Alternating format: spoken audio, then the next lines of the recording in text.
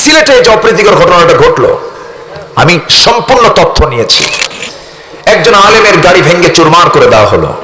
এটা একটা পাশবিক অসামাজিক জঘন্য জরম। শুধু আলেম কেন, শুধু আলেম কেন, কোন মানুষের জান মালে হামলা করা যাবে? আস্তে কোন হামলা করা যাবে? যারা হামলা করেছে আল্লাহ তাদের হাত অবশ করে দিক। জোরে বলি আমিন। আসসালামু আলাইকুম ওয়া রাহমাতুল্লাহ। সবাই কেমন আছেন? এলাকার নাম কি? এই এলাকার গ্রামের নাম কি? এখনো তাজা হয় নাই।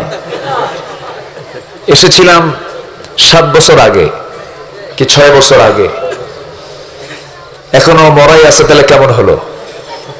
তাজা তো হওয়া দরকার।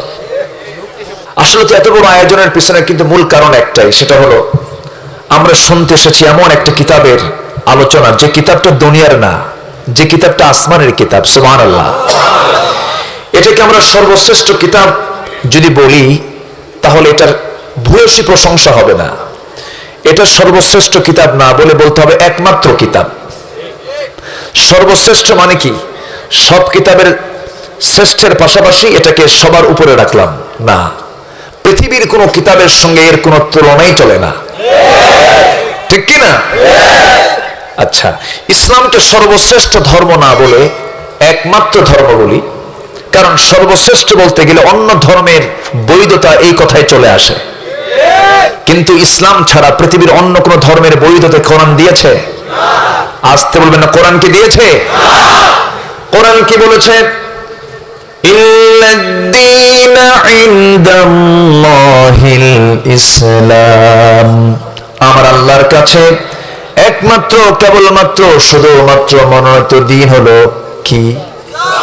আরো জোরে, আরো জোরে, আরো জোরে। আমাদের রবকে, আমাদের নেতাকে, ভালো করে বলেন, আমাদের নেতাকে মুহাম্মদ সাল্লাল্লাহু। আমাদের দল কি? ধাক্কা খেলেন কেন? একটু চিন্তা করলেন কেন? বলুন সবাই, আমাদের দলের নাম কি? ইসলাম। আমাদের রবকে, আমার নেতাকে, আমাদের দলের নাম কি? এই তিনটি জায়গায় যেই ভাগ বসাতে আসবে, এই তিনটি জায়গার মধ্যে যেই এখানে মাথা মারতে আসবে, সোজা তার গলা চেপে ধরবো আমরা। এই জায়গায় কেউ হস্তক্ষেপ করার সাহস যেন না পায়। আজকে যদি আমরা এই তিনটা বিষয়কে যদি ক্লিয়ার রাখতাম, কোন জালিম জুলুমের সাহস পেত না। সম্মানিত ভাইয়েরা, এই জাতির স্বভাব হলো চুপ থাকা। এই জাতি কথা বলে না।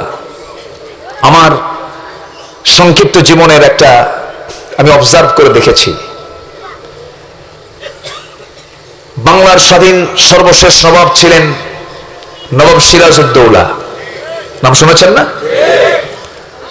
লর্ড ক্লাইভ যখন তাকে ধরে নিয়ে যাচ্ছিল, তার লোকেরা, লক্ষ লক্ষ মানুষের চোখ দিয়ে পানি পড়ে, সামনে তার হাত পা বেঁধে নিয়ে যাচ্ছে, নীরবে শুধু চেয়ে থেকে শুধু চোখের পানি ফেলেছে। সেদিন যদি প্রতিটি নাগরিক তাদের হাতে শুধু একটা করে ঢিল নিয়ে ঢিল ছুটত, 180 বছরের এই বন্দি দশায় আমাদের থাকা লাগতো না। লক্ষ লক্ষ জনতার সামনে থেকে সংখ্যালঘু কিছু দুষ্কৃতী আত্মস্বীকৃত গুন্ডারা সামনে থেকে মাইক টান দিয়ে ফেলে মঞ্চের উপরে এসে, সামনে শ্রোতাগুলো কি কথা বলেছে না চুপ থেকেছে? চুপ। আমরা চুপ থাকি। যদি কথা বলতাম, কোন মুনাফিক সামনে বুক উঁচু করে কথা বলার সাহস পেত না। বাড়িওয়ালা একজন, চোর 10 জন, সাহস বেশি কার? বলেন। 10 চোর চুরি করতে এসেছে, বাড়িওয়ালা যদি একটা হুঙ্কার ছাড়ে, ধর, 10 দিক থেকে 10 চোর দৌড়। এজন্য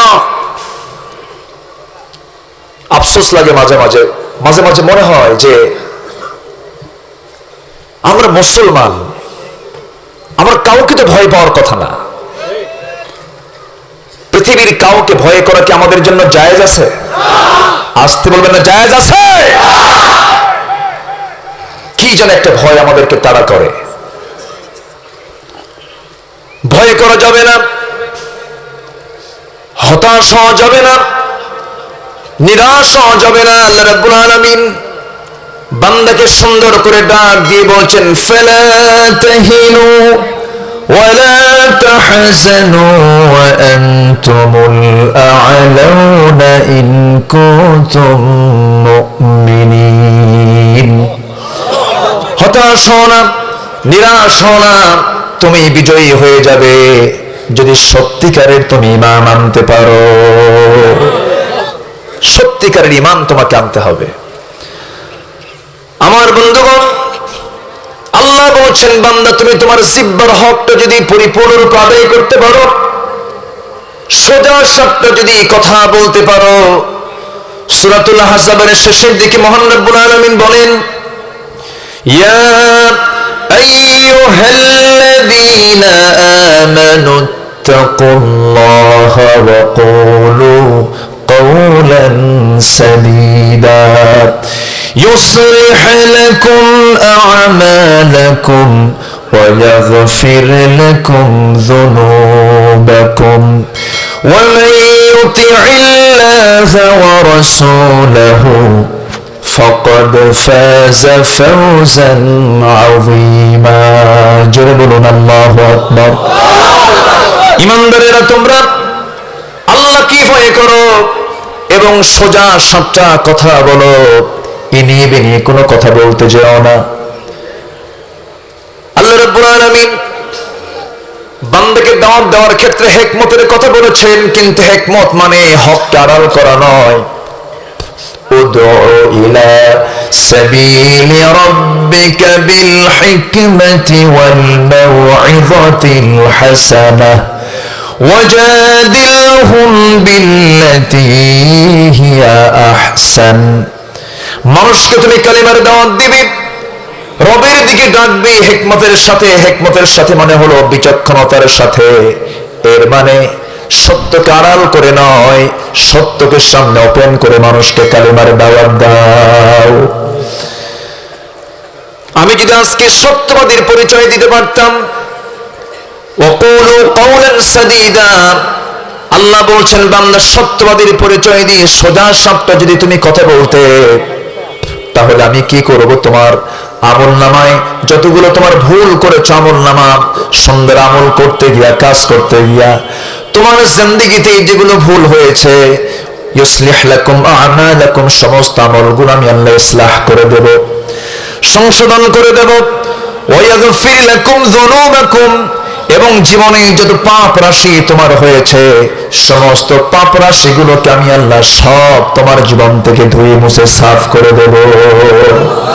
একটু আস্তে কান সুবহানাল্লাহ, জোরে বলুন সুবহানাল্লাহ। সেই সোজা কথা বলার দরকার আছে না নাই? আজকে বাতিলরা সামনে এসে কথা বলে আমরা চুপ মেরে ঘাপটি মেরে থাকি। 2014 সালে কোন একটি মাহফিলে আমাকে লক্ষ্য করে গুলিও করা হয়েছে, মঞ্চ আগুন ধরে দেওয়া হয়েছে। কেন? কি জন্য?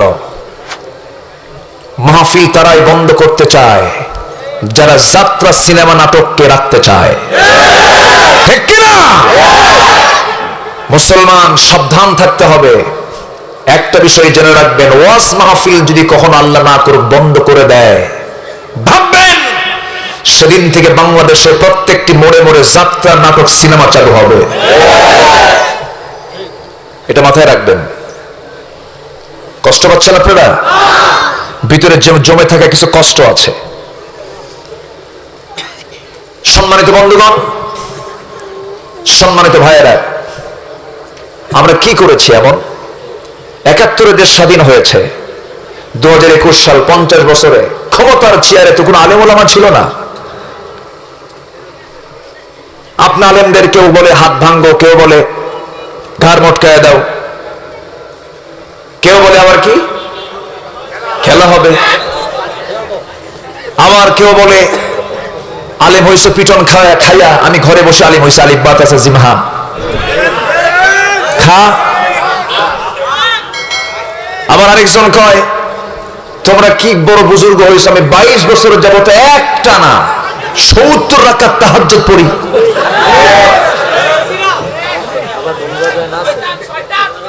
সম্মানিত ভাইয়ের, আমি অনুরোধ করে বলবো তাদেরকে, দয়া করে জগতের শ্রেষ্ঠ সন্তান আল্লাহর দেওয়া বক্তব্য পৃথিবীতে সবচেয়ে বেশি ভয় পায় সেই বান্দা আমাকে যারা আলেম উলামা, ইয়াখশাল্লাহ মিন ইবাদিহিল উলামা।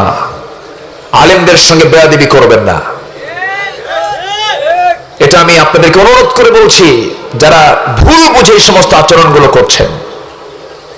কিন্তু যারা করছেন ভুল, তাদের মুরব্বীদের দ্বারা আমরা এরকম আচরণ পাই না। যেরকম স্বরাষ্ট্রমন্ত্রী, এই পর্যন্ত তার মুখ থেকে আলেমদের বিরুদ্ধে একটা বেয়াদবি কোনো কথা বের হয়েছে আমি শুনি নাই, ঠিক কিনা? আতিপাতি নেতার আস্ফালন বেড়ে গেছে, ঠিক কিনা? আতিপাতি, কষ্ট পাচ্ছেন নাকি আপনারা? এখন বলবেন কাকে, কে ঠিক করে দেবে? লোক তো নাই। নার্সিং তো হবে কোরআন দিয়ে, কোরআন তো পড়তেই পারে না। লাকুম দীনুকুম ওয়ালিয়া দীন, বুখারী শরীফের 40 পারা। কথা বোঝেন নাই? সম্মানিত ভাইয়েরা, আম বাগানে একটা ছেলে আম চুরি করার জন্য গাছে উঠছে। বাগানের মালিক দেখা মাত্রই ভিতরে এসে বলছে ছেলেকে, এই ছেলে তোমার সাহস তো কম না, আমার বাগানে তুমি আম পাড়ার জন্য গাছে উঠে বসে আছো, তুমি কার ছেলে গো? থামো, তোমার বাবার কাছে আমি বিচার দেবো। ছেলেটা মুসকে মুসকে হাসে। বাগানের মালিক বলে, তুমি তো বেয়াদব কম না, তুমি ভয়ে ভীত না হয়ে তুমি আরো মুসকে মুসকে হাসো, তোমার বাবার নাম কি বলো? তোমার বাবাকে বিচার দেবো। আরো হাসে। কে বাবাকে আপনি দেখতে চান? বাবার নাম জানতে চান? জানার দরকার নাই তো। আমার বাবাকে, আমার বাবা আমার মাথার উপরে গাছের ডালে সালা নিয়ে বসে আছে। কি কথা কি বোঝা যায়? কাকে বলবেন আপনি?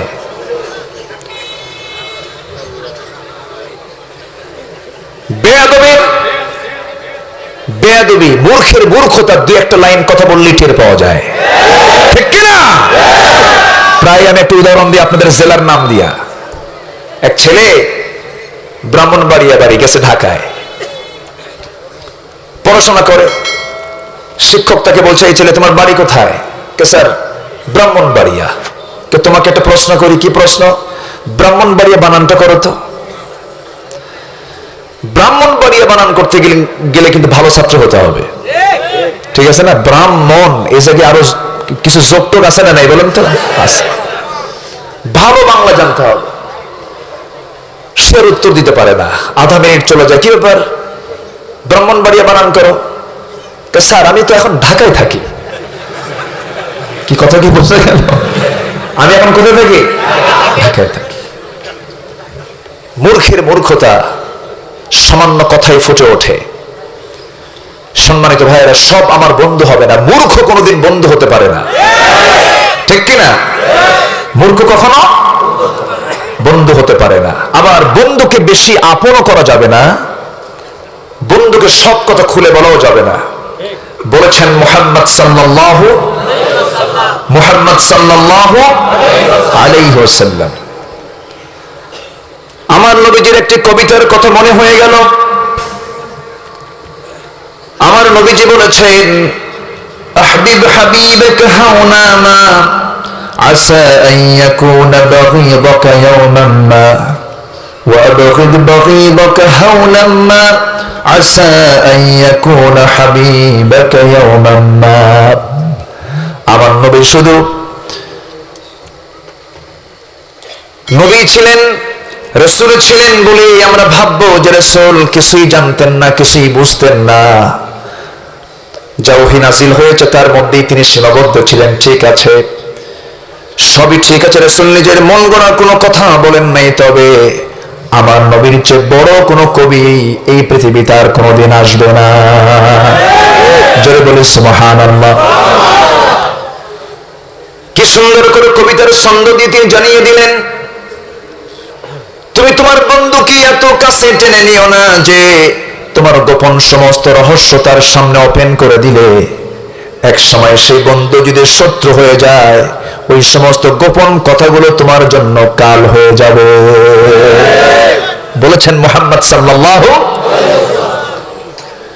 এই জন্য মূর্খতা নিয়ে চলা যাবে না।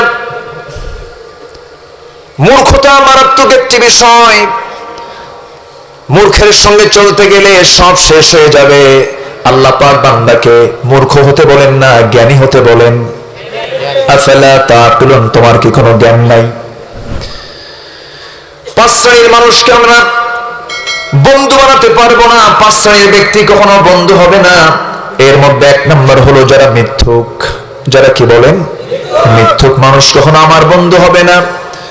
মিথ্যুক যারাই হবে তাদের পরিচয় হয়ে যাবে, আগের মেহমান বলে গেছেন, ইন্নাল মুনাফিকিনা লাকাযিবুন। যারা মুনাফিক তারাই একমাত্র মিথ্যাবাদী হয়, ঠিক কি না? মিথ্যার ছোঁয়া সমাজে আজকে কম না বেশি? মিথ্যার ছোঁয়া কম না বেশি? বেশি। মোবাইলে ভাই আপনি কোথায়? আমি তো জাহান্নামের চৌরাস্তায়। আছে না নাই? প্রত্যেকটি ক্ষেত্রে মিথ্যা একটা সাধারণ বিষয় হয়ে দাঁড়িয়েছে। অথচ আমরা তো সেই নবীর উম্মত যে নবীর জীবনে কৌতুক করে একটা মিথ্যা তার মুখ থেকে বের হয় নাই। তিনি হচ্ছেন মুহাম্মদুর রাসূলুল্লাহ সাল্লাল্লাহু আলাইহি ওয়াসাল্লাম। অথচ তিনি একজন শ্রেষ্ঠ রাজনীতিবিদ ছিলেন, কিন্তু দুনিয়ার এখন প্রেজেন্ট রাজনীতিবিদদের মূল ফর্মুলাই হলো মিথ্যা দিয়ে রাজত্বকে টিকে রাখা, ঠিক কিনা? পলিটিক্স, অর্থাৎ কাউকে ঠকানোর জন্য সকল প্রকার কৌশল অবলম্বন করে হলো পলিটিক্স। কিন্তু আমার নবীজিও রাজনীতি করেছেন, সন্ত্রাস নির্ভর নয়, আদর্শ নির্ভর রাজনীতি করেছেন। আবার রাসূল যে রাজনীতিবিদ ছিলেন এই কথা বলতে অনেকে লজ্জা পান।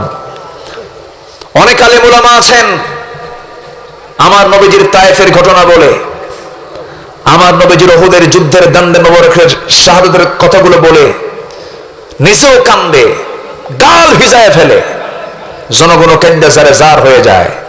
কিন্তু আমার নবীজি যে একটি সুন্দর রাষ্ট্রনায়ক ছিলেন, তিনি যে বিচারক ছিলেন, তিনি যে চোরের শাস্তি নিশ্চিত করেছেন, তিনি যে দণ্ডবিধি কার্যকর করেছেন, এই জাতীয় কথা তাদের মুখ থেকে বের হয় না। এটা তাদের মানসিক রোগ। আর যদি মানসিক রোগ যদি আমি বলতে নারাজ হই, তাহলে বলতে হবে ওদের ঈমানের রোগ ধরা পড়েছে। ভারত তো আমাদেরই ছিল, ইতালি তো আমাদের ছিল, স্পেন তো আমাদের ছিল। স্পেন কেন হারালাম? ইতালি কেন হারালাম? ভারতের নেতৃত্ব কেন চলে গেল? শুধুমাত্র কারণ হলো চুপ থাকার ভয় করা। চুপ থাকা হচ্ছে সবচেয়ে নীরব ঘাতকতা। শুধু আমরা চেয়ে থেকে দেখলাম, চোখের সামনে কত প্রাণ চলে গেল, গেল না? কত প্রাণ চলে যাচ্ছে। ফিলিস্তিনের সেই শিশু যদি মামলা করে দেয়, ফিলিস্তিনের সেই কিশোরী যদি কিয়ামতের দিন আমার আপনার বিরুদ্ধে মামলা ঠুকায়, কোন কিশোরী? 13 বছরের কিশোরীকে মা সহ ইসরায়েলি সৈন্যরা ইসরায়েলি কারাগারে ধরে নিয়ে মার চোখের সামনে 13 বছরের কিশোরী মেয়েকে উলঙ্গ করে ধর্ষণ করছে, আবার মাকে ওই কিশোরী মেয়ের সামনে উলঙ্গ করে ধর্ষণ করছে। আম হাসিবতুম আন তাদখুলুল জান্নাহ, তুমি কি ভাবতেছো আমি জান্নাতে এমনি এমনি প্রবেশ করব? না, ওই সমস্ত মাজলুমদের পাশে দাঁড়ানোর দরকার আছে না নাই? আছে। শুধু দরবার খুলে মুরিদ বাড়ালে জান্নাত পাওয়া যাবে না। আমার দেশে এখন তো মুরিদের প্রোডাকশন শুধু। আমার দেশে এই মুহূর্তে অবশ্য পীর বেশি না মুরিদ বেশি? বলেন তো পীর বেশি না মুরিদ বেশি? পীরই বেশি। আমার দেশে যত পীর আছে, বিশ্বের 215টি রাষ্ট্রের মধ্যে কিছু কিছু রাষ্ট্রের এত নাগরিকও নাই, এত পীর আমার দেশে। সালা পীর, তেনা পীর, আউলা পীর, ন্যাংটা পীর, কুত্তা শাহ, ডাইল শাহ, গাদা শাহ, বদনা শাহ আছে না নাই? আছে। মানিকগঞ্জে এক মাহফিল ছিল আমার, যে গ্রামে মাহফিল বলল হুজুর যে গ্রামে মাহফিল করতে আসছেন এই গ্রামে তো 350 পীর। বললাম আমারে দাওয়াত দিলেন কেন? হুজুর একটাও নামাজ পড়ে না। কথা কি বোঝা গেল?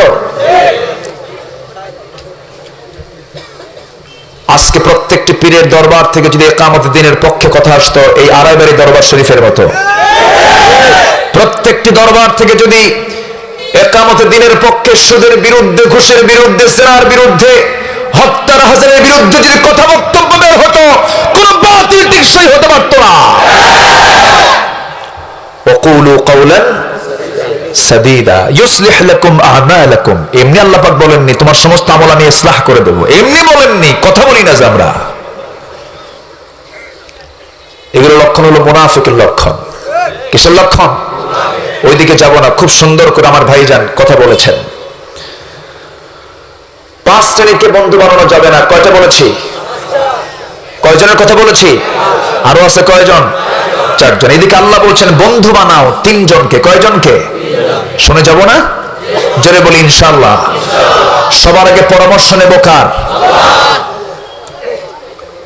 রাতে শুধু ঘন ঘন পেশাব করে, কিসের লক্ষণ? কিসের লক্ষণ?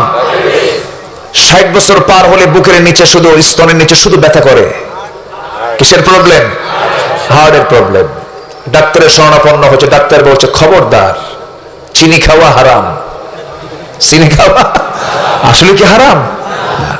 চিনি খাওয়া হবে না, চিনি নিষিদ্ধ। যদি চিনি খান, 14 বার পেশাব করছেন আগে, এখন 28 বার করবেন, চিনি খাবেন না। হাড়ের ব্লক ধরা পড়েছে, আপনার গরু গোশত খাওয়া যাবে না। সারা জীবন খুব মজা করে খাইছে, সামনে যখন গরুর গোশত আসে, শিলার গোশত, খালি জিব্বা লাফায়। জিব্বা কি করে? লাফায়। সামনে চিনি, এ পাশে লিকারের চা, চিনির মধ্যে, চার মধ্যে চিনি না দিলে কি মজা লাগে?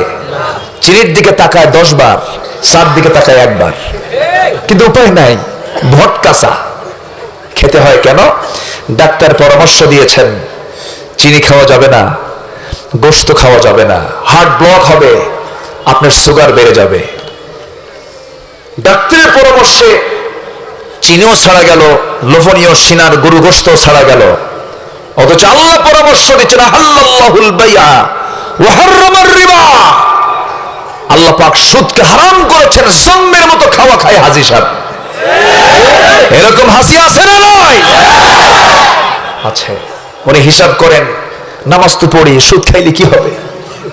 অকাম করব, সেজদা দেব, আল্লাহ জান্নাত না দিয়ে যাবে কই? এরকম পাবলিক আছে না নাই? আসতে বলবেন না, আছে না নাই? এগুলো করা যাবে না। আমার বন্ধু তো কেউ না, আমার আপনার জীবনের চরম পরম সবচেয়ে কাছের বন্ধু কেউ না, যিনি আমার সর্বক্ষণ কেমন কাছে থাকেন। মহান রব্বুল আলামিন সুন্দর করে বলছেন ওয়া নাহনু আকরাবু ইলাইহি মিন হাবলিল ওয়ারিদ।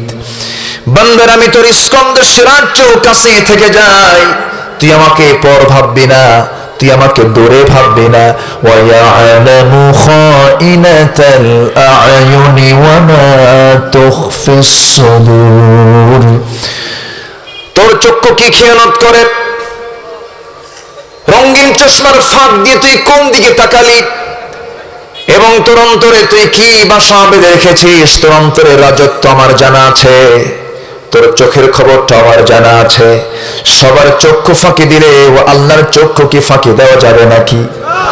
আসতে বলবেন না, যাবে নাকি?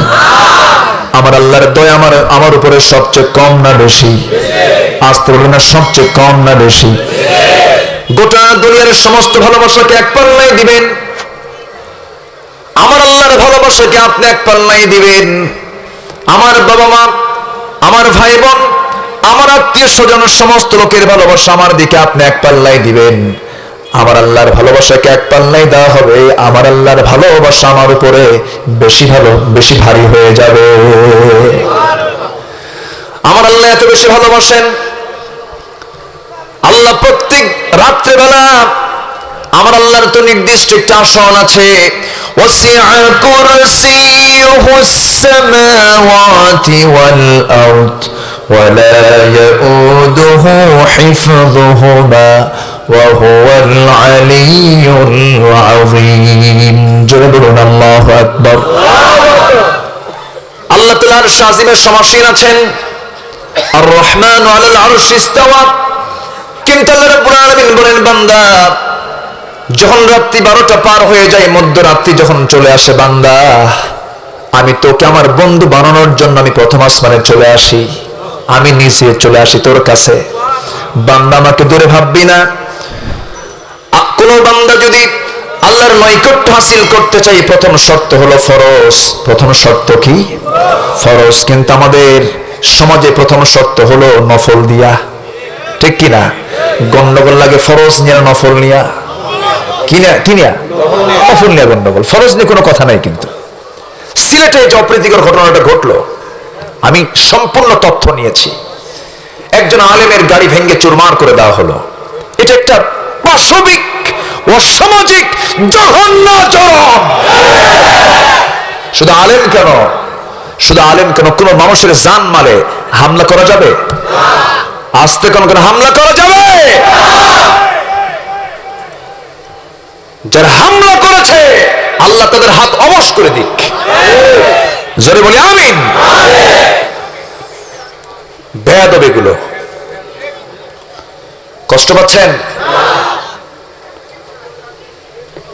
আমরা বিতর্কিত কোনো মাসলা মাসাইল নিয়ে কথা বলবো না। আমি আলেমদেরকে, এখানে অনেক মিডিয়া এসেছে, আমি আলেমদেরকে, আমি একজন ক্ষুদ্র মানুষ হিসেবে অনুরোধ করছি, দয়া করে ফিতনা ছড়াবেন না।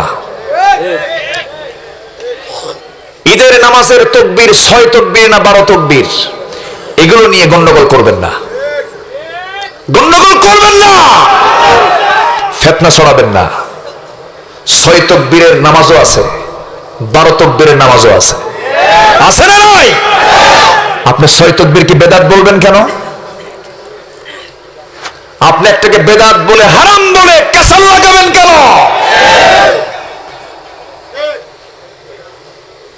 কোরবানির ভাগ 7 ভাগ করা যাবে না, 10 ভাগ করা যাবে না, হবে না কোরবানি। কে বলেছে আপনাকে? এগুলো নিয়ে কথা বলেন কেন? এরপরে কথা আছে না, এগুলো কথা আছে না, একটু বলা দরকার না? এরপরে নামাজে নিয়ত বাঁধবো নাভিতে না বুকে, এটা নিয়ে ওয়াজ হয় 1.5 ঘন্টা। আছে না নাই? নাভিতে বাঁধবো না বুকে বাঁধবো? একজন কয় নাভিতে বাঁধা হারাম, বুকে বাঁধা জায়েজ। আবার একজন কয় বুকে বাঁধা হারাম, নাভিতে বাঁধা জায়েজ। এখন সলিমুদ্দি কোন দিকে যাবে? সলিমুদ্দি দুটোই হারাম পাইছে, এখন সে আর কোনো পথ পাচ্ছে না, হাতটা রাখি কই? সে তোর জানা না যে ছেড়ে দিয়েও নামাজ হয়, ছেড়ে দিয়ে নামাজ হয় কিনা বলেন? হয় কিনা? সে তোর ছেড়ে দেওয়ার মাসলা জানে না। সে এখন আল্লাহু আকবার কপালে। কোথায় নিছে? কপালে। কি ব্যাপার, তুমি কপালে কেন? জায়গা নাই, জায়গা নাই, এই অবস্থানটা তৈরি করে দিয়েছে কেন? ওই ফিতনাবাজ মুফতিরা।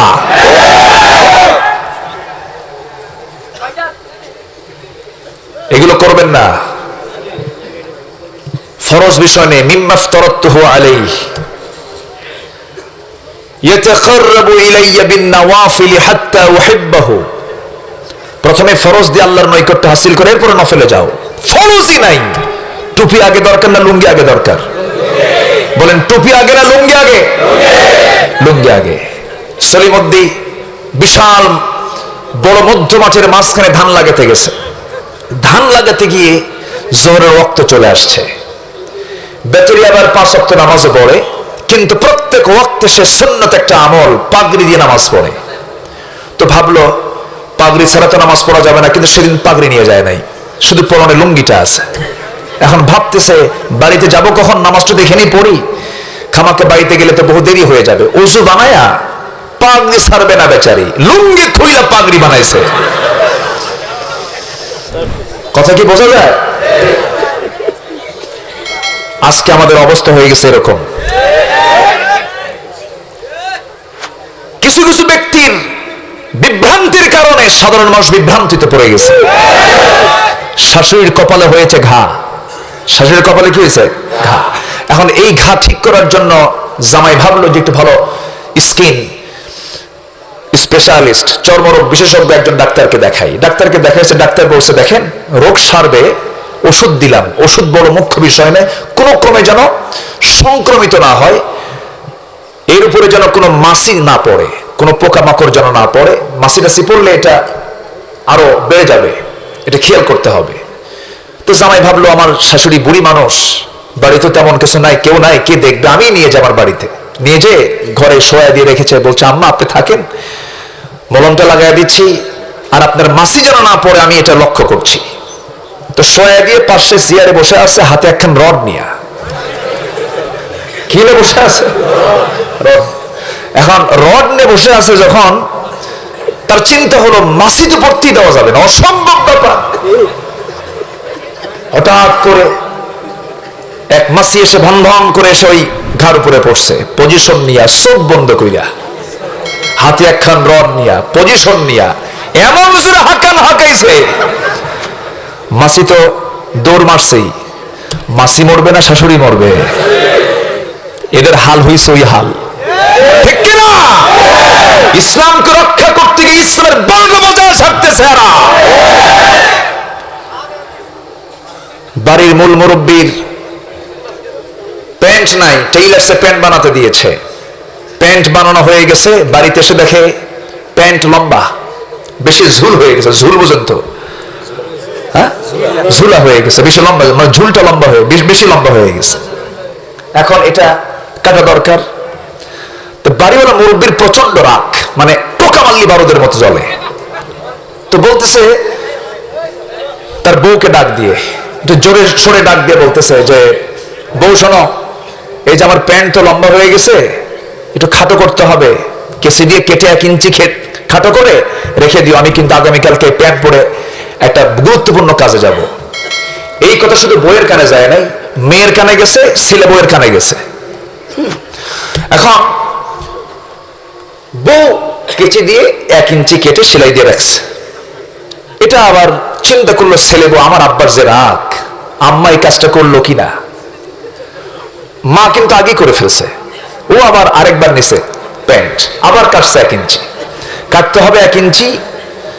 ছেলে বউ নিল আরো 1 ইঞ্চি হলো, তাহলে কয় ইঞ্চি হলো? 2 ইঞ্চি কাটছে। বাড়িতে মেয়ে আছে, মেয়ে ভাবতেছে আমার আব্বার যে মেজাজ, কাজটা আমি করি, আম্মা মনে হয় করে নাই, কেসি আরো 1 ইঞ্চি কাটছে, তাহলে কয় ইঞ্চি হলো? 3 ইঞ্চি। মুরব্বী চলে আসছে, প্যান্ট পরে দেখে হাফ প্যান্টও না, ফুল প্যান্ট, কোয়ার্টার প্যান্ট হয়ে বসে আছে। কি কথা কি বোঝা গেল?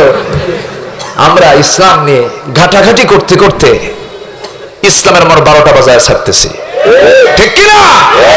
এই জন্য সকল দ্বন্দ্ব ভেদাভেদ ভুলে আকিমুদ্দিন ওয়ালা তাতাফাররাকু ফীহ, এই আয়াতের অনুকূলে এসে আলেমদেরকে আমি উদাত্ত আহ্বান জানাবো, সব ফরজের বড় ফরজ আল্লাহর জমিনে দিন কায়েমের সংগ্রামে মিলিত হয়ে যাও, সব ভূত ছেড়ে যাবে। কার কথা? আসতে বলবেন না, কার কথা? আমার কথায় মনে বিরক্ত হচ্ছেন? আলোচনা চালাবো, সমস্যা নাই তো? জোরে বলি ইনশাআল্লাহ। কই মরা, সব তো তাজা। মরা পুকুরকে আজকে থেকে তাজা পুকুর বানায় দেন, বলি আলহামদুলিল্লাহ। রাগ করতেছেন নাকি? আমাদের বন্ধু কয়জন হবে? আমাদের বন্ধু কয়জন হবে? 1 নম্বর বন্ধু কে? আল্লাহ। 1 নম্বর বন্ধু আল্লাহ। কেন আমার আল্লাহ কেন বন্ধু হবেন? এই জন্য আমার তিনি প্রথম বন্ধু হবেন। আমার জীবনের সবচেয়ে প্রিয় জিনিস হলো আমার জান। এই জানটা কার হাতে? আল্লাহর হাতে আমার জান। তিনি আমাকে চালান, তিনি আমাকে লালন পালন করেন। আল্লাহ রাব্বুল আলামিন বলছেন, বান্দা আমাকে ভুলে যেও না, আমাকে তুমি স্মরণ করবে, আমি তোমাকে স্মরণ করব। আল্লাহ সুন্দর করে বান্দাকে সুন্দরভাবে ডাক দিয়ে বলছেন, বান্দা শোনো, দেখো কত সুন্দর করে আমি তোমাকে ডাকতেছি।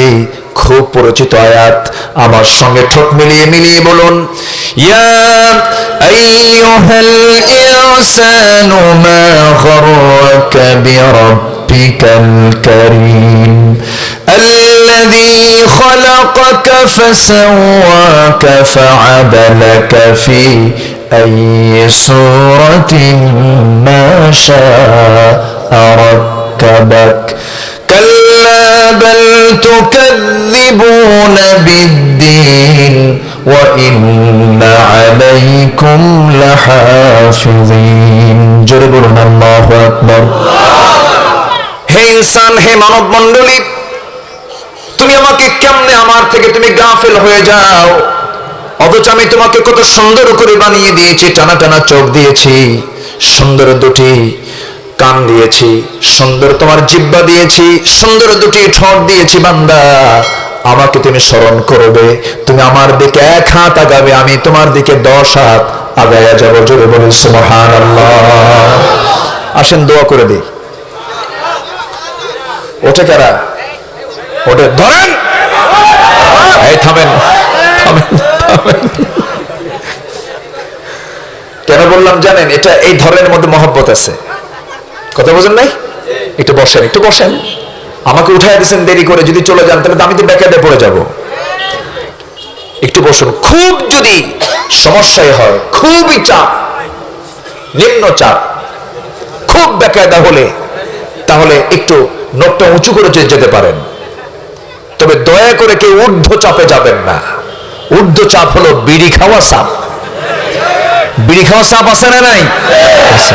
খুব টান পারে, আছে না? সুন্দর মুখের দাড়ি। হজে গেছি আমি, দেখেছি হারাম শরীফ থেকে বের হয়ে কোন সিপার মধ্যে এরকম করে টানতেছে বিড়ি। তো বললাম, হাজী সাহেব এরকম করে কি টানেন? কে বাবা, মাথা ঘুরতেছে আমার। আছে না নাই? আছে না নাই? ওই জায়গায় গিয়েও টানে। খুবই নেশা, আছে না নাই বলেন তো? বুড়ো হয়ে গেছেন, বিড়িটা না খেয়ে আপনি পান খান, পান খেতে কোনো আপত্তি নেই। তবে পান খেতে গেলেও আপনাকে একটু কম পরিমাণ খেতে হবে। 2টা 3টা 4টা 5টা আপনি খেলেন। কিছু কিছু লোক এত খাওয়া খায়, বেতন 10,000, পান খায় 8,000। আছে না নাই? পান খাবেন ভালো কথা, পানের সাথে আবার হাকিমপুরি রহমতুল্লাহ আলাইহি কেন? হাকিমপুরি মাদ্দাসিল্লাহুল আলী কেন? কি কথা কি বুঝতেছেন?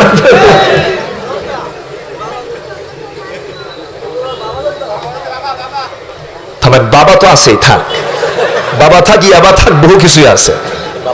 এগুলো সব চাচাতো ভাই খালাতো ভাই, বলেন নাই? এগুলো চাচাতো ভাই খালাতো ভাই মামাতো ভাই, সবগুলো কাছাকাছি, সব নেশা, ঠিক কিনা? এগুলো খাবেন না। আল্লাহ পাক সকল নেশা থেকে আমাদেরকে হেফাজত করুন। জোরে বলি আমিন।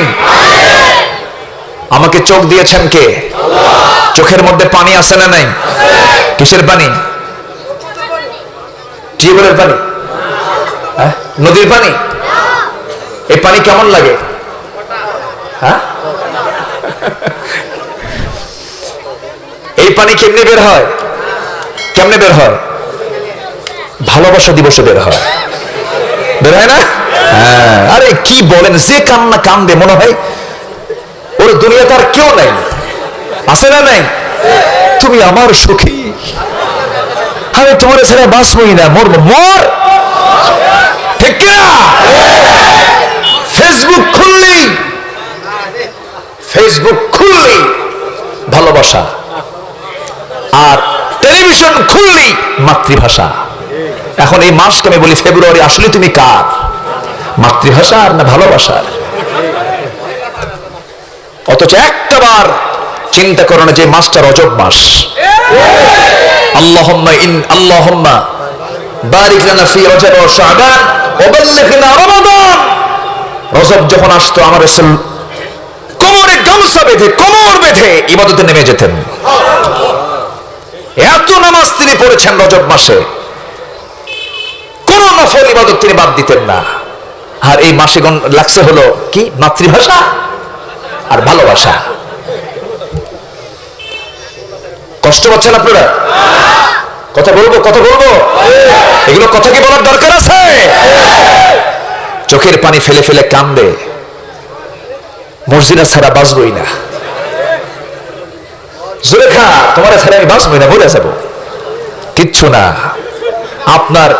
আপনার দাম্পত্যময় জীবনের 6 বছরের সুন্দরী স্ত্রী রেখে আপনি হঠাৎ করে চলে গেলেন। 6 বছর সংসার হয়েছে, আপনি কম বয়সে হঠাৎ করে রোড অ্যাক্সিডেন্টে মারা গেলেন। ও যুবকরা একটু কান লাগান, আপনি আজকে মরে গেলেন। সুন্দরী নারী, সুন্দরী বউ রেখে চলে গেলেন। সুন্দরী নারীটা যখন শুনতে পেয়েছে আপনার স্বামী দুনিয়া থেকে বিদায় নিয়েছেন, গড়াগড়ি দিয়ে কানল, সেন্সলেস হয়ে গেল, গলা ভেঙে গেল। 2-3 দিন খাওয়া নাই, ঘুম নাই, বিশাল টেনশনে, স্বামী ছাড়া বাঁচবো না, মরে যাব। 3 দিন 4 দিন 5 দিন 6 দিন 7 দিন, দিন দিন শোকটা বাড়বে না, শোকটা কমে যাবে। মাসখানেক চলে যাবে, হাসি চলে আসবে। 2 মাস চলে যাবে, আরেকটু হাসি চলে আসবে। 3 মাস চলে যাবে, মোটামুটি ভুলে যাবে। 4 মাসের মাথায় বাপ মা সবাই মিলে বলবে, মা বয়স তো তোমার ঠিকই আছে, যৌবনটাও আছে, আমরা বুড়ো বুড়ি হয়ে যাব, মরে যাব, একটা বিয়ের তো বন্দোবস্ত করা দরকার। বলবে, মা আমার জীবনে বিয়ের কোনো দরকার নাই, শুধু মুখে মুখে কবে। এক পর্যায়ে যখন বিয়ে হয়ে যাবে, বিয়ে হয়ে যাওয়ার পর নতুন স্বামীর সংসারে যাবে, স্বামীর সঙ্গে মহব্বত হবে। এর পরের দিন আব্বা আম্মার সামনে মুস্কি হাসি মেরে বলবে, মা খুব ভালো করেছো, এই যে স্বামীটা পাইছে, আগের স্বামীর চাইতে এই স্বামীটা আরো ভালো। এটাই বাস্তবতা, এটাই জীবন। যে সন্তানদের জন্য কত সুখ, কত আরামকে ত্যাগ করে, রাতের আরামের ঘুমকে হারাম করেছি, দিন রাত পরিশ্রম করে প্রবাস জীবন থেকে কোটি কোটি টাকা রেমিটেন্স পাঠায় দিয়া যে সন্তানটার জন্য এত সম্পদের পাহাড় গড়লাম, মরে গেলাম। মরে যাওয়ার 7 দিন যেতে না যেতে 2টা ছেলের মধ্যে মারামারি, আছে না নাই? সম্পদ নিয়ে কালাকারি। অতএব এই দুনিয়ার কোনো কিছু আমার আপন হতে পারে না। সবচেয়ে বড় একমাত্র কেবলমাত্র আমার আপনজন, তিনি কে? আসতে বলবেন না, তিনি কে? আমার আল্লাহ তাআলা। আল্লাহ আমার আপন।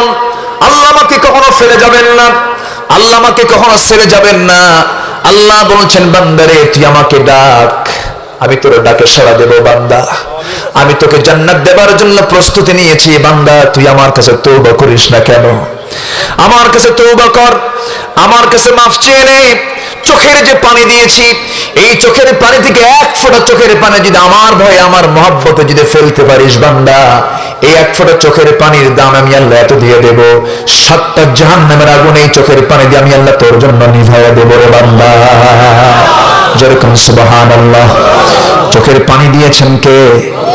কান্দার জন্য। কাঁদবো কার জন্য? আসতে বলবেন না, কাঁদবো কার জন্য? কেঁদেছেন ইউনূস আলাইহিস সালাতু ওয়াস সালাম, কেঁদেছেন আইয়ুব আলাইহিস সালাতু ওয়াস সালাম, কেঁদেছেন নূহ আলাইহিস সালাতু ওয়াস সালাম, কেঁদেছেন ইব্রাহিম আলাইহিস সালাতু ওয়াস সালাম, কেঁদেছেন আমার নবী মুহাম্মদ সাল্লাল্লাহু আলাইহি সাল্লাম। রাত যখন গভীর হয়ে যেত, সবাই ঘুমের সাগরে হাবুডুবু খায়। যে নবীর জীবনে বিন্দু পরিমাণ কোনো গুনাহ ছিল না, সেই নবীজি গোটা রাতে তার ঘুম হয় না। শেষ রাতের দিকে শুধু না, ওয়ামিনাল লাইলি ফাতাহাজ্জাদ বিহি নাফিলাতাল লাক ওয়াবিল লাইলা ইল্লা কালিলা নিসফাহু আও ইনকুস মিনহু কালিলা। আমার নবীজির কোন রাত তাহাজ্জুদ বাদ পড়তো না। সিজদায় পড়ে যেতেন যখন, ঘন্টার পর ঘন্টা চলে যেত, সিজদা থেকে মাথা উঠাতেন না। কপালটা ফুলে যেত, চক্ষুটা লাল হয়ে যেত। আম্মা জান আয়েশা বলতেন, ইয়া রাসূলুল্লাহ আপনার তো কোনো গুনাহ নাই, আপনি এত কাঁদেন কেন? রাসূল বলতেন, আয়েশা কিয়ামতের দিন হাসরের ময়দানে আল্লাহ যদি আমাকে পাকড়াও করেন, আমি মুহাম্মদ আমিও পার পাওয়ার সুযোগ পাবো না। আমি আল্লাহর রহমত পাওয়ার আশায় সিজদা দিই, আল্লাহর কাছে মাফ চেয়ে নেই। আমার ভাইয়েরা চোখের পানি ফেলে ফেলে কাঁদবো আল্লাহর কাছে, চোখের হকটা আদায় হয়ে যাবে। আল্লাহর কাছে আমরা কাঁদবো, আল্লাহর কাছে আমরা মাফ চেয়ে নেব। গুনাহ তো হবেই, গুনাহ আছে না নাই বলেন? লাউলাম তুযনিবু লাযাহাবাল্লাহু বিকুম ওয়া লাজাআ বিকওমিন হাত্তা ইউযনিবুন। তোমরা যদি গুনাহ না করো আমি তোমাদেরকে দুনিয়া থেকে মিটায়ে দেব, এমন একটা জাতি পাঠিয়ে দেব যারা গুনাহ করবে, চোখের পানি ফেলে ফেলে আমার কাছে কাঁদবে, আমি তাকে মাফ করে দেব। অতএব এই হাদিস দ্বারা বোঝা যায় বান্দার জীবনে গুনাহ হতেই পারে, গুনাহ হয়ে যাবে, কিন্তু বান্দার সঙ্গে সঙ্গে চোখের পানি ফেলে যদি মাফ নিতে পারে আল্লাহ ওই বান্দার সমস্ত গুনাহগুলো মাফ করে দিবেন। মানুষের দাম বেশি না ফেরেশতার দাম বেশি? ভালো করে মানুষের দাম না ফেরেশতার দাম? আমরা গালি দিতে দিতে হঠাৎ করে মানুষকে বলতে নিয়ে বলে তুমি কি ফেরেশতা হয়ে গেছো নাকি? ফেরেশতা হওয়ার কি দরকার? ফেরেশতার চেয়ে আমি মানুষ, আমার দামটা বেশি কেন? ফেরেশতার মধ্যে কামনা বাসনা নাই, ফেরেশতার মধ্যে বিবেক বুদ্ধি আছে। এরপরে মানুষ সারা পৃথিবীতে যত প্রাণী আছে সমস্ত প্রাণীর ভিতরে কামনা বাসনা আছে, কিন্তু বিবেক বুদ্ধি নাই। কিন্তু আল্লাহ রাব্বুল আলামিন মানুষকে কামনা বাসনাও দিয়েছেন, বিবেক বুদ্ধিও দিয়েছেন। বান্দা যখন কামনা বাসনাকে বিবেক বুদ্ধি খাটায়া কোরআনটা গবেষণা করে যখন কোরআন মাফিক জীবনটা চালাতে পারে, ওই বান্দার দাম ফেরেশতার চাইতে বেশি বেশি হয়ে যায়। জোরে বলি সুবহানাল্লাহ, আরো জোরে বলি সুবহানাল্লাহ। আমরা এক নাম্বার বন্ধু বানাবো কাকে?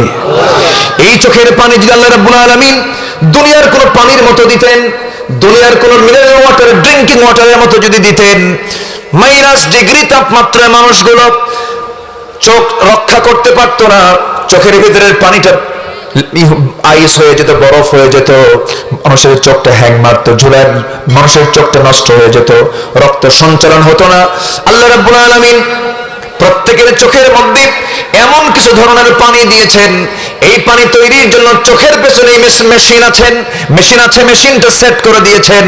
ওই মেশিনের কাজ হলো এই পানিটা প্রসেস করার জন্য কিছু পানি, কিছু তেল, কিছু শ্লেষ্মা, ইলেকট্রোলাইটের জটিল মিশ্রণে আল্লাহ রাব্বুল আলামিন এমন পানি বের করে দিয়েছেন চোখের মধ্যে। বান্দা জমিনে চলতে গিয়ে ধুলা যখন ঢুকবে, ভাইরাস যখন আক্রমণ করবে, এই পানি যখন বের করে দেব সমস্ত জটিলতা থেকে আমি তোর চোখটা আমি আমৃত্যু হেফাজত রেখে দেব।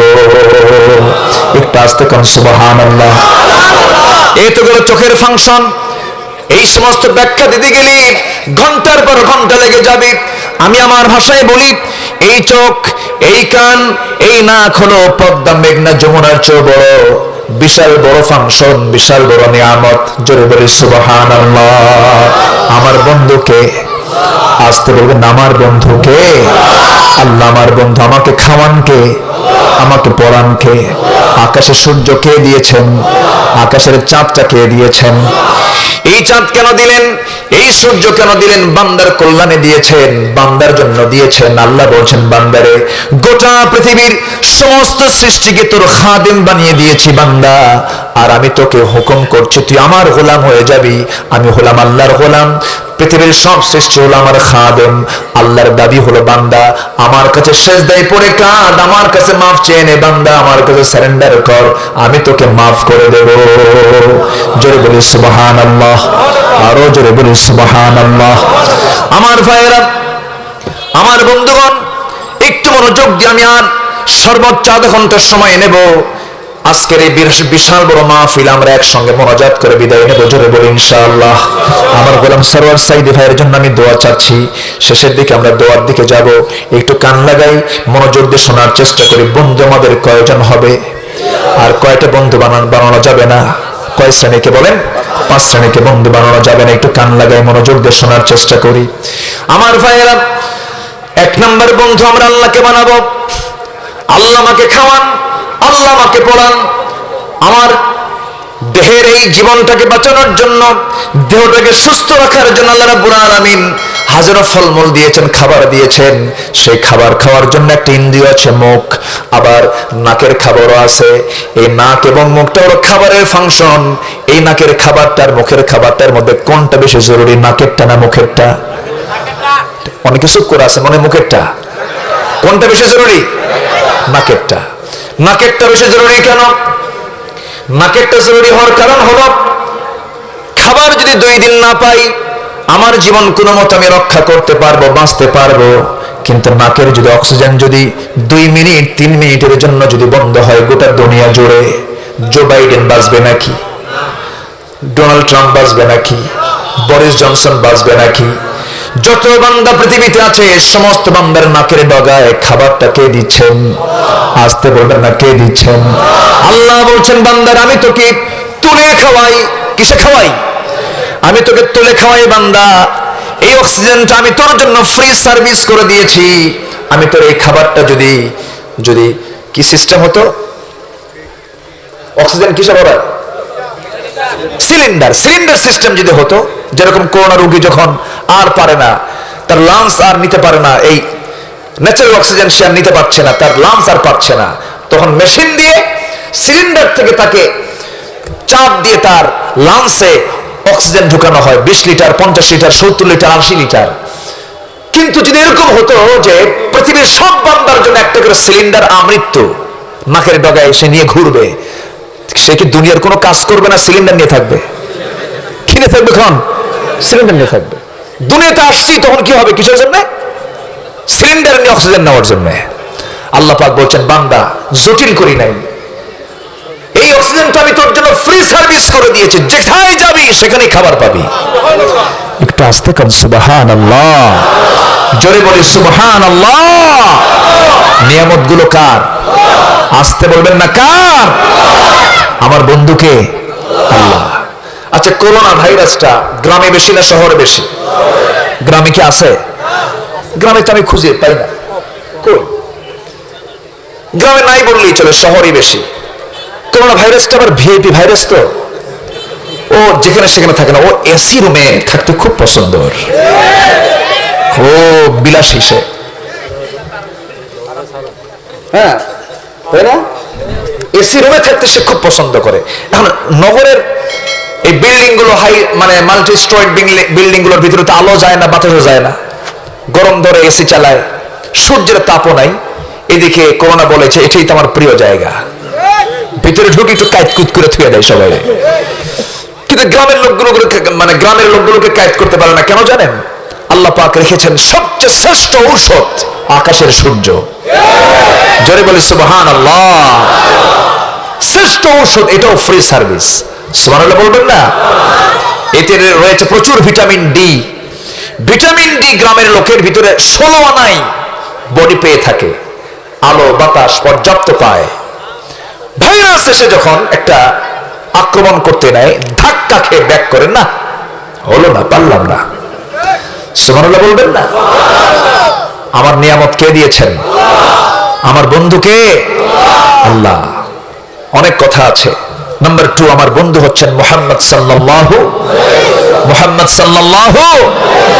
কিন্তু আমার সবচেয়ে প্রিয়জন আল্লাহর পরে যিনি, সে রাসূলকে নিয়ে আমার দেশে রুটিন ওয়ার্কের মতো গালিগালাজ হয়, আছে না?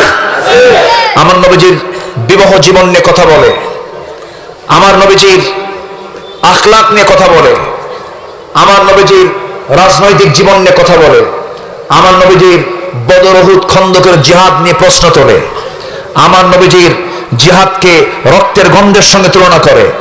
এই সমস্ত কথাগুলো আমার দেশে আছে না নাই? আসতে বলবেন না, আছে না নাই? কি ভালোবাসা দিলাম যে আজ পর্যন্ত নবীর বিরুদ্ধে যারা বিষোদ্গার করেছে তাদের দৃষ্টান্তমূলক শাস্তি বাংলার জমিন এখনো নিশ্চিত হলো না কেন? কথা আছে না নাই?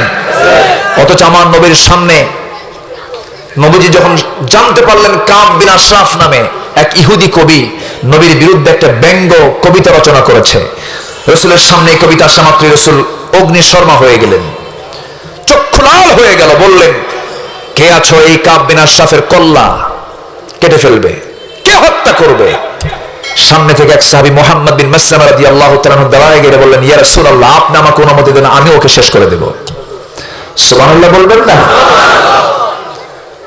কিন্তু ইহুদিদের বুদ্ধি, তাদের কূটনীতি দুর্বল না মজবুত?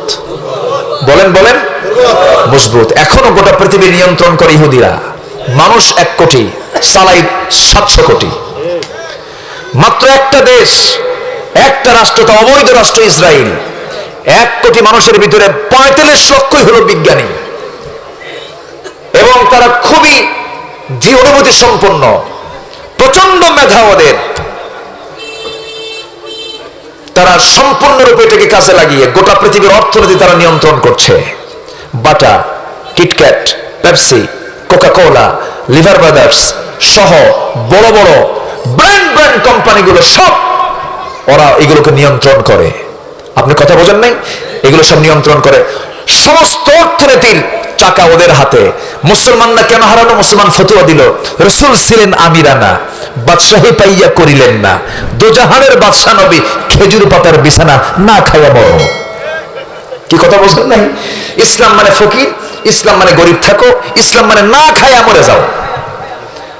এরকম রং কনসেপ্ট আছে না নয়? ইসলাম মানে দারিদ্রতা নয়, ইসলাম মানে সমৃদ্ধি, অগ্রগতি, এগিয়ে যাওয়া, উন্নতি। ঠিক কিনা? আজকে গোটা পৃথিবীর অর্থের চালিকা শক্তি যদি মুসলমানদের হাতে থাকতো, গোটা পৃথিবীর নেতৃত্ব মুসলমানদের হাতে থাকতো। নেতৃত্ব সৎ হতে হবে। অর্থ এবং নেতৃত্ব যেদিন মুসলমান হারিয়েছে সেদিন থেকেই মুসলমান মার খাচ্ছে। আমার কথা কি বোঝা যায়? এজন্য আমাদেরকে ডিপ্লোম্যাটিক হতে হবে, আমাদেরকে এগিয়ে আসতে হবে এবং লিডার হিসেবে মানতে হবে রব আমার কে? আমার নেতাকে বলেন, আমার নেতাকে মুহাম্মদ সাল্লাল্লাহু। ভালোবাসবো তাকে জীবনের চাইতে কম না বেশি? আসতে বলবেন না, কম না বেশি? কাব বিন আশরাফ কবিতা রচনা করে ছেড়ে দিয়েছে। মুহাম্মদ বিন মাসলামা তাকে খোঁজার জন্য বের হয়েছেন, হন্য হয়ে ঘুরছেন, তাকে কেমনে বের করবেন, কিন্তু তাকে খুঁজে পাওয়া যাচ্ছে না। চতুর্দিকে গোয়েন্দা নজরদারি দিয়ে কাব বিন আশরাফকে ঘেরাও করে রেখেছে ইহুদিরা। ইহুদিরাই একমাত্র জাতি যে জাতি রাসূলকে বিভিন্ন যুদ্ধের দিকে ঠেলে দিয়েছে, প্যাঁচ লাগিয়েছে তারা। আমার নবীজি এই ঘোষণা দিয়েছেন। মুহাম্মদ বিন মাসলামা মনে মনে চিন্তা করলেন, যেমন করে হোক আমি তাকে হত্যা করবই। আমার নবীর সামনে এসে বললেন, ইয়া রাসূলুল্লাহ, আমি আপনাকে একটা কথা বলবো, অনুমতি নিতে চাই। কি অনুমতি? ইয়া রাসূলুল্লাহ, আমি আপনাকে একটু গালি দেব, আমি আপনার বিরুদ্ধে একটু কথা বলবো, শুধুমাত্র কারণ হলো কাব বিন আশরাফকে যেন আমি আমার হাতের কাছে পাই। কয়েকটা দিন আমি আপনার বিরুদ্ধে একটু কথা বলবো, কয়েকটা কথা, আপনি কি অনুমতি দিবেন? রাসূল বলেন, যাও, আমি তোমাকে অনুমতি দিয়ে দিলাম। একটা কথা ছেড়ে দিল মিডিয়াতে, সঙ্গে সঙ্গে কাব বিন আশরাফ এটাকে ধরে নিয়ে তাকে খোঁজ দিল যে মুহাম্মদ বিন মাসলামাকে ডাকো। চট করে চলে গেলেন তিনি, কাব বিন আশরাফের সামনে বসে গেলেন। বসেই বলছেন এই সাহাবী, কাব, আমি তোমার সঙ্গে সম্পূর্ণ একমত। আসলে মুহাম্মদ বিন আব্দুল্লাহর কি দরকার ছিল এই জাজিরাতুল আরবের ভিতরে এই ভাই ভাই দ্বন্দ্ব লাগায় দেওয়ার? কি প্রয়োজন ছিল একটু অশান্তি সৃষ্টি করার? বাপদাদার ধর্ম নিয়ে ভালোই ছিলাম, এরকম করে কিছু গাল গপ্প, নবীর বিরুদ্ধে কিছু কিছু কথা ওর সামনে উপস্থাপন করলে কাব বিন আশরাফ তাকে জড়ায় ধরলো। মুহাম্মদ বিন মাসলামা মনে মনে বললেন, ভালো করে জড়ায় ধর, খাইয়া ফেলা মতরে।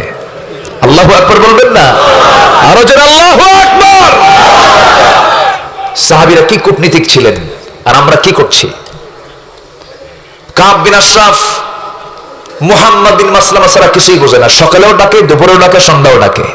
কয়েকদিন খুব বৈঠক হলো, খুব কাছের মানুষ হয়ে গেছেন মুহাম্মদ বিন মাসলামা রাদিয়াল্লাহু তাআলা আনহু। সর্বশেষ দিন, যেদিন লাস্ট গেম হবে, লাস্ট ফাইনাল যেদিন, প্ল্যান যখন পরিপূর্ণ হয়ে গেছে, মুহাম্মদ বিন মাসলামা বললেন, আমার দ্বীনি ভাইরা, আমার মুসলমান ভাইরা, সাহাবী ভাইরা, চলো আজকে রওনা দেব। আজকে আমরা যে কোনো মূল্যে হোক কাব বিন আশরাফকে দুনিয়া থেকে বিদায় করে দেব। কিভাবে? আমি সবার আগে যাব তার বাড়িতে, তাকে নিচতলা থেকে ডাক দেবে, সে দোতলা থেকে নামবে। সুন্দর করে নামতে আমি তার ভূয়সী প্রশংসা করেই আমি তার দেহটা আলিঙ্গন করে বুকের মধ্যে নিয়ে আমি তার মাথার চুলের ঘ্রাণ নেব। চুলের ঘ্রাণ নিয়ে যদি আমি চান্স পাই, চুলটা শক্ত করে ধরি, এক আছাড়ে জমিনে ফেলে দেব। উপর্যুপরি তোমরা তাকে আক্রমণ করে দুনিয়া থেকে বিদায় করে দেবে। কারণ রাসূলকে গালি দেওয়ার পর ওই নরাধমের পৃথিবীতে বেঁচে থাকার কোনো অধিকার থাকতে পারে না।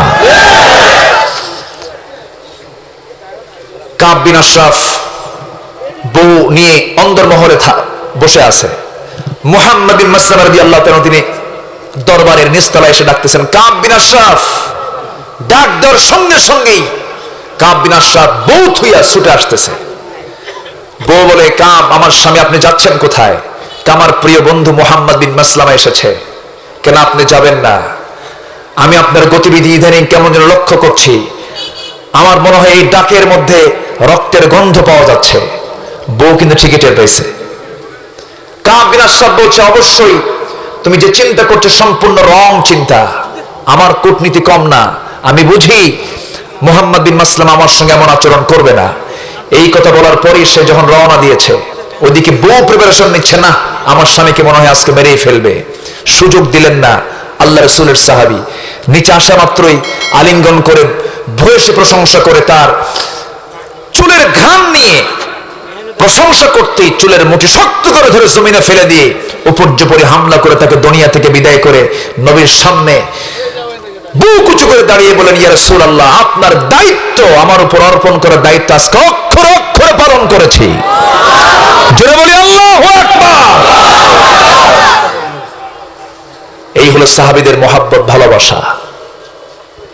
খুবাইবকে যখন মক্কার কুরাইশ মদিনা থেকে ধরে নিয়ে যখন মক্কায় নিয়ে এসে যখন জেলখানায় ভরালো, বলা হলো খুবাইব ইসলাম ছাড়বে না? খুবাইব বললেন, দুনিয়ার সব ছাড়বো, আল্লাহ এবং রাসূলকে ছাড়বো না। যেরকম সুবহানাল্লাহ। খুবাইব, দেখি তোমার কিরকম মহব্বত, খাওয়া বন্ধ। মুস্কে হাসি মেরে বললেন, যদি আল্লাহ পাক মারিয়ামকে যদি দুনিয়াতে বসে জান্নাতের খাবার খাওয়ান, আল্লাহ আমাকেও বসে বসে খাওয়াবেন। যেরকম সুবহানাল্লাহ। কি আত্মবিশ্বাস তার মধ্যে ছিল, কি কনফিডেন্স ছিল আল্লাহর প্রতি। খাওয়া বন্ধ 2 মাস, কয় মাস? মানুষ কি বাঁচার কথা? খুবাইব রাদিয়াল্লাহু তাআলা আনহু তার প্রিয়জন আল্লাহকে ডাকে, আল্লাহর কালাম তেলাওয়াত করেন। শেষ রাতের দিকে তিনি যখন আল্লাহর কালাম তেলাওয়াত করতে থাকেন, সেই সময়ে কে যেন জান্নাতের আঙ্গুরের ছড়া তার সামনে ঝুলায় রাখে। একটা করে আঙ্গুর খান, আল্লাহর কালাম তেলাওয়াত করেন। 2-2.5 মাস চলে গেল। খুবাইবের চেহারা সুন্দর হয়ে গেল, সুঠাম হয়ে গেলেন। নুরানি নূর, নূর আলা নূর, সুন্দর নুরানি চেহারা যখন ফুটে উঠলো, সবাই মনে মনে চিন্তা করলো, বুঝতে পেরেছি আমরা খুবাইবকে যদি আর কিছুদিন যদি বেঁচে রাখি, সব দলে দলে ইসলাম কবুল করে নেবে। কারণ খাওয়া ছাড়া মানুষ কেমনে বাঁচে? অবশ্যই খুবাইবের খাবার আল্লাহ তাআলা পাঠায় দিতেছে। আমার ভাইয়েরা, শেষ পর্যন্ত খুবাইবের বিরুদ্ধে পুরো আইন পাশ হয়ে গেল, পুরো রায় কার্যকর হয়ে যাবে। রায় দেওয়া হলো। সবাই বলল, সিদ্ধান্ত হয়ে গেল খুবাইবকে আমরা ফাঁসির মঞ্চে ঝুলিয়ে মারবো, শুলে কাস্টে ঝুলায় মারবো। চূড়ান্ত পাকাপোক্ত যখন হয়ে গেছে, এবার খুবাইবের কাছে সর্বশেষ লাস্ট নিউজ এসে বলতেছে, ও খুবাইব, বউ বাচ্চার দিকে তাকাও, পরিবার পরিজনের দিকে তাকাও, আত্মীয় স্বজনের দিকে তাকাও। একটা বারের জন্য তুমি চিন্তা করে দেখো, দিন ছাড়লে তুমি সব পেয়ে যাবে। খুবাইব বললেন, তোমরা দুনিয়ার সকল নাজ নিয়ামত তোমরা আমার হাতের মুঠে দিয়ে দাও, আমি আমার মহব্বত, আল্লাহ এবং রাসূলের মহব্বত আমার জীবন থেকে এক চুল পরিমাণ সরাবো না। আমার সবচেয়ে পরম বন্ধু আল্লাহ, আমার সবচেয়ে পরম বন্ধু আমার রাসূল, এই দুজনকে আমি কখনো কোনো ক্রমে ছাড়তে পারবো না। এমন সময় সিদ্ধান্ত হলো তাকে ফাঁসির মঞ্চে ঝুলিয়ে মারা হবে। বলা হলো, খুবাইব, তোমাকে তো আমরা ফাঁসি কাস্টে তোমাকে নিয়ে যাচ্ছি, তোমাকে শুলে চড়ায় দুনিয়া থেকে বিদায় করে দেব। খুবাইব, তোমার শেষ ইচ্ছা বলতে কোনো কিছু আছে নাকি? খুবাইব মুস্কে হাসি মেরে বলছেন, আমার শেষ ইচ্ছা বলতে জাগতিক জীবনের কোনো ইচ্ছা আমার নাই। তোমরা যদি আমার শেষ একটা ইচ্ছা যদি পূরণ করতে চাও, জাগতিক জীবনের কোনো কিছু আমি চাই না। তোমরা আমার যদি শেষ কথা যদি রক্ষা করতে চাও, আমাকে একটু ওজুর পানি দেওয়া যায় নাকি? ওজুর পানি দিয়ে কি করবা? ওজুর পানি দিয়ে আমি একটু ওজু সম্পূর্ণ করে নামাজে দাঁড়ায় যাব। আমার সবচেয়ে প্রিয় বন্ধু, 1 নম্বর বন্ধুকে আসতে বলবেন নাকি? 1 নম্বর বন্ধু আল্লাহর সঙ্গে কথা বলবো। নামাজে দাঁড়ায় গেলেন, নামাজ শুরু করে দিলেন। কিতাবের মধ্যে আসছে প্রথম রাকাত লম্বা সূরা কেরাত দিয়ে পড়ে, দ্বিতীয় রাকাতে নামাজ পড়তে মনে মনে চিন্তা করলেন, নামাজটা যদি লম্বা করি, কাফের মুশরিকরা মনে মনে চিন্তা করবে খুবাইব বুঝি মৃত্যুর ভয়ে নামাজটা লম্বা করতেছে। এই চিন্তা মাথায় নিয়ে নামাজটা শর্ট করে ফেললেন, সালাম ফিরলেন। সালাম ফিরে হাত উঁচু করলেন আসমানের দিকে, বলছে, ও আসমানের মালিক, ও জমিনের মালিক, আজকে 4 মাস গত হতে চলে, আমি আমার নবীর চেহারা দেখতে পাই না, রাসূলের কোনো কথা আমি শুনতে পাই না। আমি মনে হয় দুনিয়া থেকে বিদায় হয়ে যাব। আল্লাহ, তোমার কাছে আমি চলে যাব, আমার তো সবচেয়ে আপনজন তুমি আল্লাহ। কিন্তু 4 মাস হবে যে রাসূলকে দেখি না, আমি যদি মরে যাই, আমার বিদায়ী সালামটা তুমি আল্লাহ নবীর দরবারে পৌঁছায় দিও। এক নম্বর বন্ধুকে, নাম্বার 2 বন্ধু মুহাম্মদ সাল্লাল্লাহু আলাইহি ওয়াসাল্লাম। শুলে কাষ্টের দিকে নিয়ে যাওয়া হবে। মনোযোগ শেষ করে খোবাবকে কেউ ধরলো না, খোবাবকে কেউ ধাক্কা দিয়ে সেই শুলে কাষ্টের দিকে নিয়ে যাওয়া লাগলো না। আপনা আপনি তিনি মনোযোগ শেষ করে দৌড় মারতেছেন শুলে কাষ্টের দিকে, ফাঁসির মঞ্চের দিকে। বড় হলো খোবাব তুমি দৌড় মেরে মেরে কোথায় যাও, তোমাকে তো আমরা মেরে ফেলবো। খোবাব বলছেন দৌড় তো আমি এমনি মারতেছি না, আমার আল্লাহ 8টা জান্নাতের দরজা আমাকে দেখায় দেখায় দিতেছে। 2 হাত বাঁধা হলো, 2 পা বাঁধা হলো। খোবাবকে বলা হলো খোবাব তোর এই জায়গায় যদি তোমাদের মুহাম্মদকে যদি এই জায়গায় শুলে যদি চড়ানো হতো, হাত পা বেঁধে যদি এই জায়গায় যদি শাস্তি দেওয়া হতো, কতই না ভালো হতো। খোবাব দারুণ খেপে গেলেন, এমন খেপলেন মুখের মধ্যে কয়েক মিনিট ধরে অনেকগুলো থুতু জমা করলেন।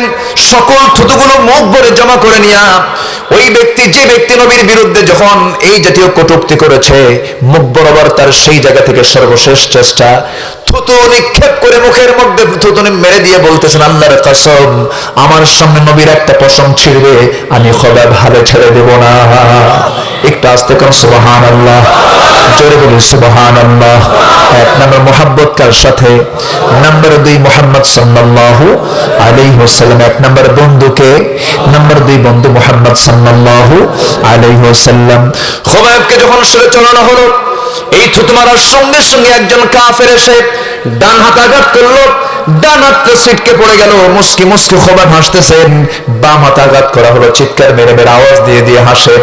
বড় হলো খোবাব রে আমরা তোর অঙ্গহানি করে দিই, তুই হাসিস কেন, তুই কি বলছিস কিছুই তো বুঝতে পারি না। খোবাব বলছেন তোমার আমার একটা করে অঙ্গহানি করে দাও, আল্লাহ পাক আমাকে জান্নাতের হুরগুলো একটা একটা করে আমাকে দেখায় দেখায় দাও। যেরকম সুবহানাল্লাহ। খোবাব দুনিয়া থেকে বিদায় নিলেন। বিদায় নেওয়ার সঙ্গে সঙ্গে আমার নবীজি মদিনার মসজিদ থেকে সাহাবায়ে কেরামদের সামনে কথা বলতে বলতে হঠাৎ থেমে গেলেন, দাঁড়ায় গেলেন। দাঁড়ায় গিয়ে আকাশের দিকে তাকায় তাকায় হাত উঁচু করে করে বলছেন সালামুন আলাইকা ইয়া খোবাব, সালামুন আলাইকা ইয়া খোবাব, হে খোবাব তোমাকে সালাম, হে খোবাব তোমাকে সালাম। সাহাবীরা বলছেন ইয়া রাসূলুল্লাহ খোবাবের কি হয়েছে, আপনি তাকে সালাম দেন কেন, আপনি তাকে সালাম দিয়ে দিয়ে চোখের পানি ফেলে ফেলে কাঁদেন কেন? রাসূল কেঁদে কেঁদে বলছেন আমার সাহাবীরা রে খোবাব তার দুনিয়াতে নাই, খোবাব জান্নাতের পাখি হয়ে জান্নাতের মধ্যে সে এখন উড়ে বেড়াতেছে। যেরকম সুবহানাল্লাহ।